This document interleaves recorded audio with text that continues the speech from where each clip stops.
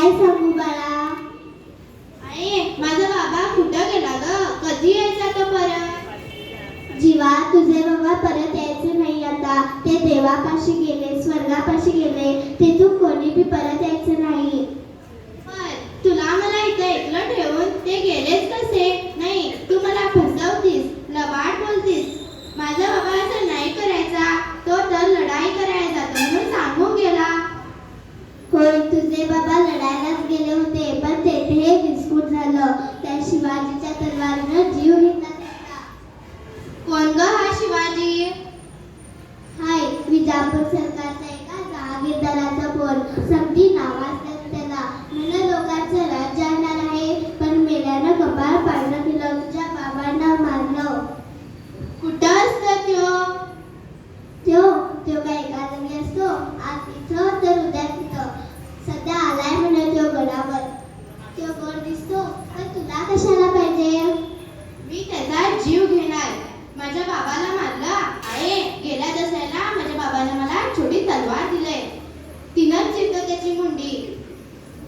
येडा काय तू? काहीतरी करायला जाशील आणि भलतंच गळ्यातून पडलं. बरं झोप बरं, आता मोठी रात झाली.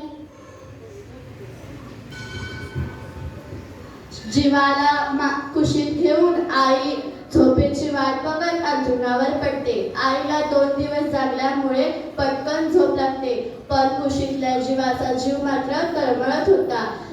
कुठं असेल शिवाजी? कसं मारावं त्याला? आई म्हणती गडावर आलाय, तर चला गडावरच जाऊया. जीवा अलगद आईच्या कुशीतून उठतो आणि हळू आवाजात पावले टाकीत बाहेर पडतो. आपली चिमुकली तलवार लटकवून तो काळ्या कुंडलदारातून गडाकडे निघतो. गडाच्या वाटेवर जाताना त्याला 2 पहारेकरी अडवतात आणि म्हणतात, कोण रे तू? कुठं निघालास? मी बाबाजी पटलाचा पोर आहे. शिवाजीला मारायला निघालोय. हा, गडावर जायला महाराजांची परवानगी नाही. मग हसता आणि आता गावा उभारता. महाराजांची परवानगी नाही का? निसता मी आल्याला घाबरला का तुमचा महाराज? कोण रे तू? मी बाबाजी पटलाचा पोर आहे. जीवा माझं नाव. तुमच्या शिवाजीपाशी माझं काम आहे. महाराजांची म्हण. आपल्याला महाराज विराज नाही कळत. आपल्याला महाराज विराज नाही कळत. आईनं मला शिवाजी हेच नाव सांगितलंय. तुम्ही खोटं बोलता, मला फसवता, पण मी फसायचा नाही. कुठं आहे तो शिवाजी? महाराजांना मारायला येणाऱ्याला काय मिळतं ठाव आहे का तुला?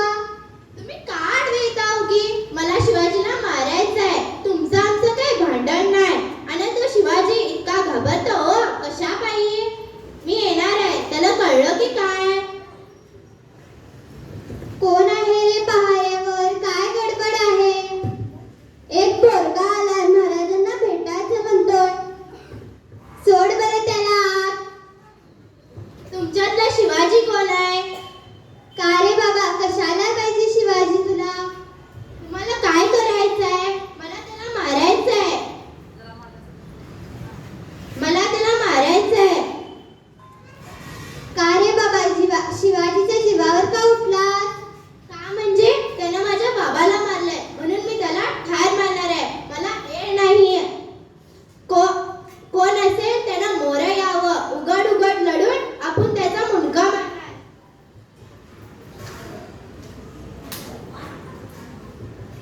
माझी तलवार पडवली म्हणजे तू घाबरलास. गिरफ्तार करायला.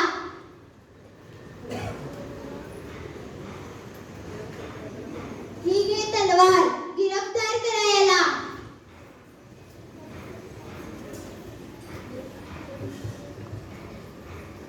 मी काय शिक्षेला डरतो की काय? असं याला तोफेच्या तोंडी द्या.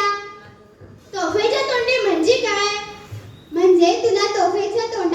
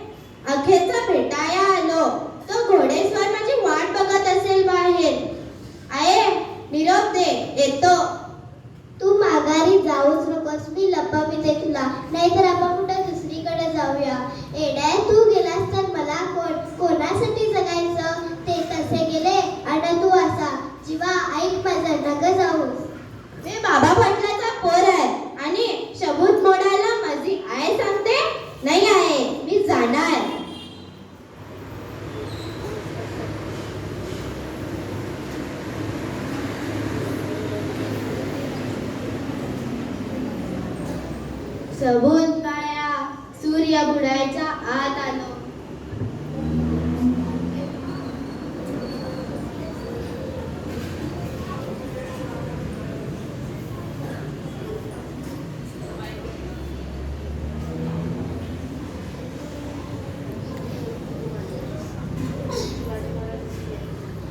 बाळ बरं वाटतं का रे आता?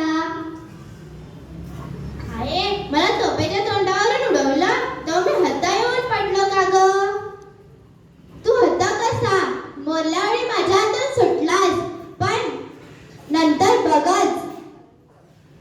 मग पुढच्या वेळी असंच सापडलास तर कडेलो. मी काय शिक्षेला डरतो की काय? खुशाल आहे कसं? महाराज पोरगा अडाणी आहे, क्षमा असावी महाराज. तुम्ही त्यांच्या बाबांना मारल्याचं मी सांगितलं म्हणून हा सारा प्रकार घडला. आई क्षमा तर मी मागायला हवी. आपलं सौभाग्य माझ्याकडून हिरावलं गेलं. नाही नजाने मला हे कठोर कर्तव्य करावं लागलं. भाकरीशी इमान राखण्यासाठी माझ्या धन्याने आपल्याला विरोध केला. स्वराज्याची सेना गावातून जाऊ देणार नाही असे पाटील उठताच पेटले, म्हणून मला कठोर व्हावं लागलं. महाराज झालेला अपराध पोटात घाला आणि आजपासून जीवा आपलाच आहे. मी स्वराज्यासाठी तुमच्या स्वाधीन करते. वेड्या जीवा, तुझ्यासारख्या नेक मराठ्याचा जीव घेण्यासाठी शिवबाची धडपड नाही. शिवबाची धडपड नाही. तुमच्यासारख्या लाख मराठ्याचा जीव